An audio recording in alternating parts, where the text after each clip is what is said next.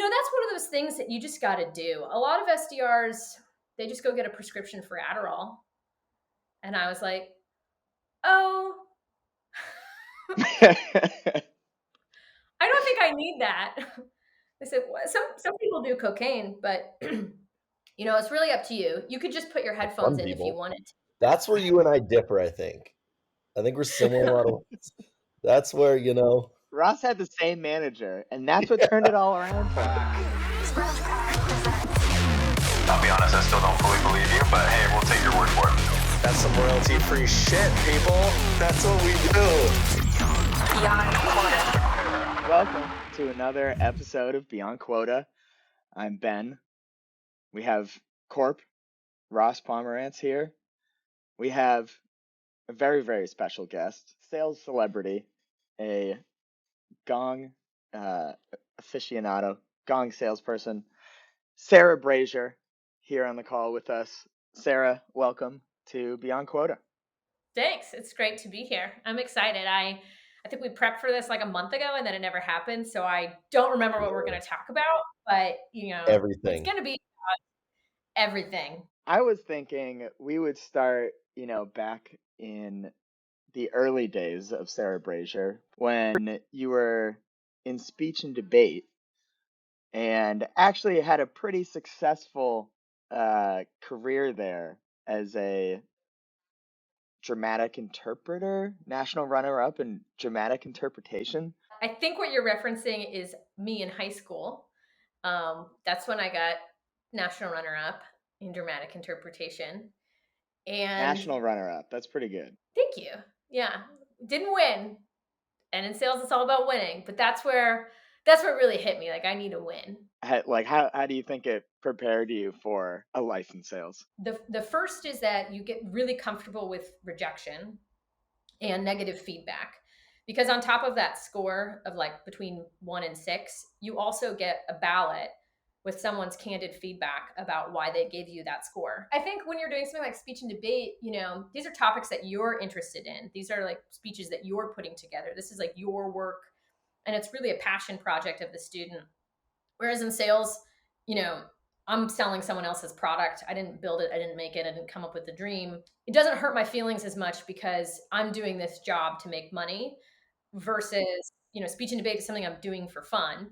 So when someone sends me unsubscribe or is mean to me on a cold call or doesn't buy, I did have emotional responses at first as an SDR, but I don't think it was nearly as big or as painful for some people. Something that you and Ross have to deal with on LinkedIn is creating, these social posts and creating content. I know for Ross, he can speak to it, but getting negative feedback on that content that you're making that's, maybe has to do with the company that you're working for, but it's also about you and it's more personal. Do you feel like that's different when you kind of get random criticism versus, not closing a deal? For me, it is. I want to hear what Ross says, and then I'll say what I think. I mean, kind of like Sarah said, like when it's your content, you put some piece of yourself into it. And so that rejection can be a little bit more personal. Ben, every day you're talking me off the ledge of just like shutting it all down, deleting everything and just moving to the mountains, which still sounds amazing right now. Moving to Missoula? Yeah, you can just stay there. You do that part? Like I would not move to the mountains, but I would move to a golf course somewhere. I don't care where it is. It'll just be a golf course somewhere. People are like rejection. If you start getting rejection, you're going in the right direction. It's like you're getting big enough that you're gonna get outside your bubble to people who maybe don't have context, maybe just flat out don't agree. It hurts me more when there's a semblance of truth, or at least that I believe there's a semblance of truth to it. If you're like going through a rut of creative and people are like, this isn't that good. You're like, I fucking know it's not that good. Yeah, I think I have the benefit that like my income stream is not based so much around having a presence on LinkedIn, although that does help bring credibility to some conversations that I have. It's a good feeling when, example, I got on a call with somebody a couple days ago, and he said that he had followed my content since I was an SDR, and he'd used it to coach some of his reps. And it was like clearly indicated the reason, one of the helping reasons he took the meeting with my SDR is because he knew who I was. So it wasn't so much of a random person reaching out and being like, hey, come look at our software. But instead he's like, oh, okay, I have familiarity and context, and I'm familiar with Sarah. There are people who are mean on the internet, and it is totally different sensation wise for me than getting rejected on a deal. Because most of the time, I mean, prospects can be jerks, but most of the time they're not. And most of the time they'll just either just stop responding to you, or they'll tell you they bought a competitor, and you're like, oh man, like I wish you would have told me that earlier, because then I either wouldn't have spent my time doing this, or I could have provided you with different information, or, I feel disappointed you weren't honest with me. What I really want to do is I want to be, because most of the bullying that I've experienced, or the people being mean, are anonymous. So they're on some kind of forum where I don't know their real name. And I really just want to be like, hey, can you share a little bit more about what bothers you so much about me? I want to know why you don't like me so much. And I think like the thing that it's done for me is I'm just really curious about the psychology of online behavior in anonymous places, and why people feel like they can be so malicious or feel entitled to that. Half the time I respond to people and they're like, oh shit, dude, didn't realize you were gonna respond. Like, sorry, I actually like really love your stuff, and I'm like, after what you just wrote that whole thing, and now I'm calling you out for it, and now you're going back on, like, what the what the hell? I remember this goes back to speech and debate, but when I was in college, I put together a speech that was about gun violence in the United States. Still a hot topic, although Yeah. And there had been yet another mass shooting, and my speech coach had put a practice session, a recording of it, online because he felt like it was, timely. And I was like, sure, that's fine. Well, a bunch of white supremacist men found it and wrote some articles about it on like these like neo-Nazi websites. And they This is when you were in college? I just graduated from college, so it's like the summer after I graduated. And they found my Facebook profile, and they found about where I lived. Which I didn't have on Facebook. I don't actually know how they found out where I lived, but they found out where I lived, where I went to school, and they wrote it all in this like article, neo-Nazi blog post. And then they found me. They found me on Facebook and started messaging me about all the ways that I should die. Oh my God. And they were way too graphic to repeat, even if we weren't recorded. And Jeez, I mean, if that happened to me, I would be like, I would not care at all what anyone said about my LinkedIn posts or sales calls that don't go well. I mean, that really puts it into perspective.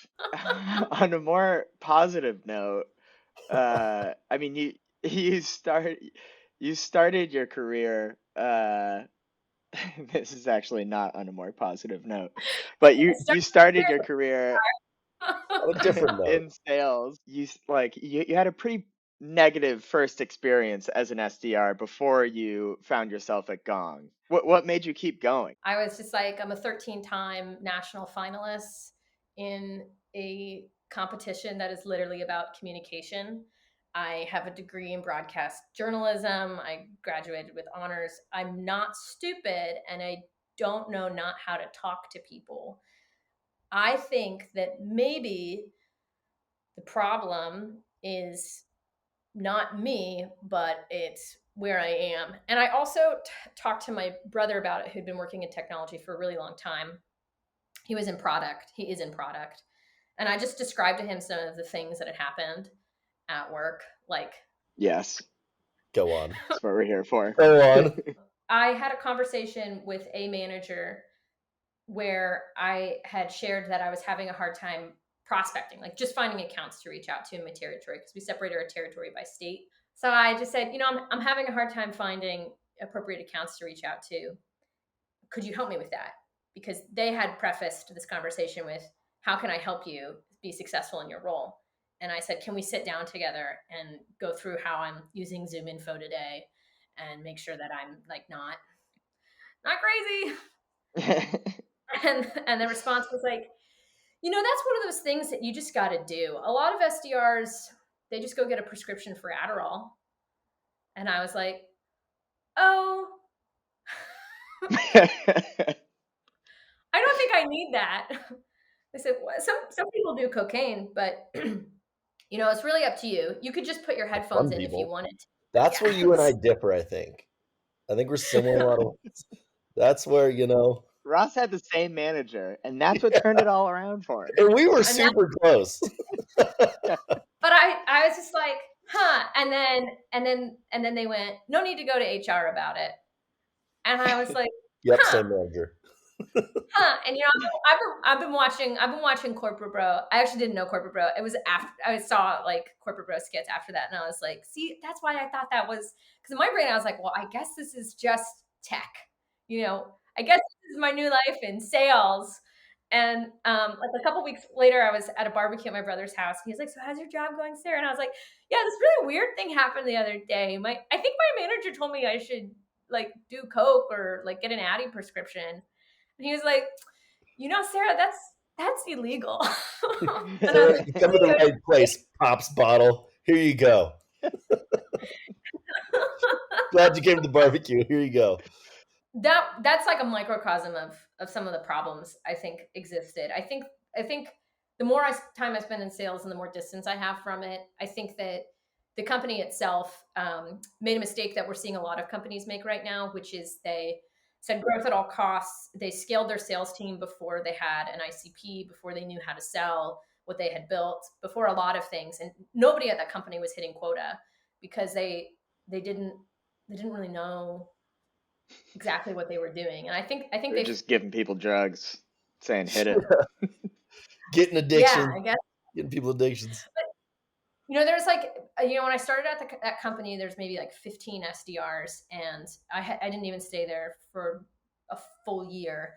And I think they had like 60 or 70 SDRs when I left. What brought you to Gong? Was it like were you attracted to the company culture, or did you like really believe in the product? What maybe attracted you to go there, and then what made you feel like you were, thriving once you got there? You mostly need to be able to understand the problem that your product solves and be able to understand why someone would buy it. And you can use like the jobs to be done framework. What is the job to be done? And what are the challenges in doing that job? And what are the different ways that you could solve for it? And what does doing that job X way, how is that better than doing it Y way? And know your limitations and not sell something that you shouldn't. Because, sales is a long game, not just, I'm going to be at Gong for now, but I'm probably going to move companies at some point in my life. And breaking news.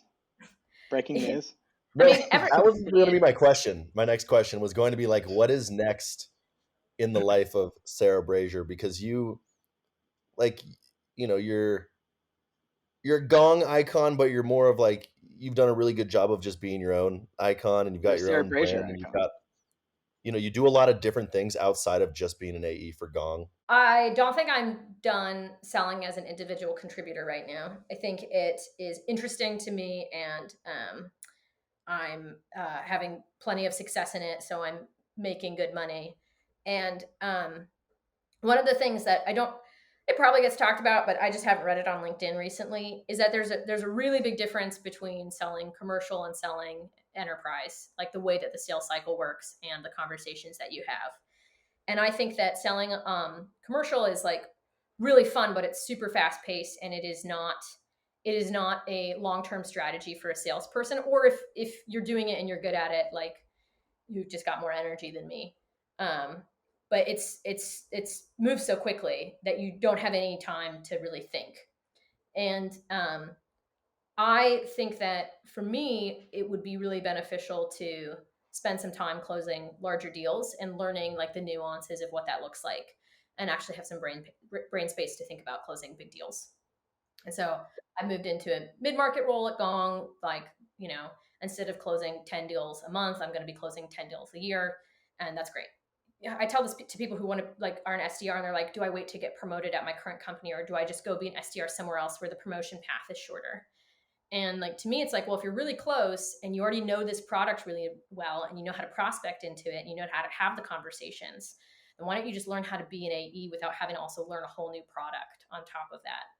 And that's kind of how I feel about learning upmarket sales motion is like, well, I know Gong really well, so I should definitely continue to sell this product that's doing really well. It, I think, will do well in a recession or in some kind of economic uncertain times. It did really well during COVID. It was like it sold really well because it's a game changer. It's critical. It's whatever buzzword you want to use, but it's really, really important if your focus is efficiency and you have to do a lot more with a lot less resources. So moral of the story is like, yeah, I want to keep selling. I want to sell big deals. That's what I'm working on right now at Gong. And then after that, I mean, I don't know exactly what the path is in front of me. Do I keep closing bigger deals and just do that until it gets boring and then move into management? Or do I go do my own thing or start something? I'm not sure. I like to open doors and walk into them and just like see if I like the room and then go open another door. But I like the room I'm in right now. So, and I just moved and I've got a dog now and, you know, I've just been Gong management's like, Thank God you got that done. Sure, for sure. Yeah, let us Think I know would if you want us to change the room at all. We'll decorate or something. Yeah, You know? like, yeah, maybe they'll let me, you know, maybe if I say I want to go manage, they'll just like give me a team and then I'll be fine. But what if I just skip the whole manager part and just went straight to a director, you know? I mean, Oh, why put it not? out there. I see you got to ask for it. I think you're ready. I did. I asked our VP of sales. He was You can like, manage that's not how it managers. works. I'm like, well, you know, if you ever wanted to make me a director, I'm here. Not how it works, I guess. Yeah, we'll see. You don't get what you don't ask for, you know? You got to ask for the deal. Yeah, I feel like if I just keep positioning it on like podcasts and webinars, like you'd be like, fuck. Eventually. Yes, exactly. We want to give you a chance to shout out, you know, where people can find you, where can they follow you, what do you got working on? They can find me on LinkedIn. Unlike Ross, I don't use any other form of social media because I think it's poisoning the American mind. It's just like Fair. You're completely right, and I'm fully poisoned, and I hate it.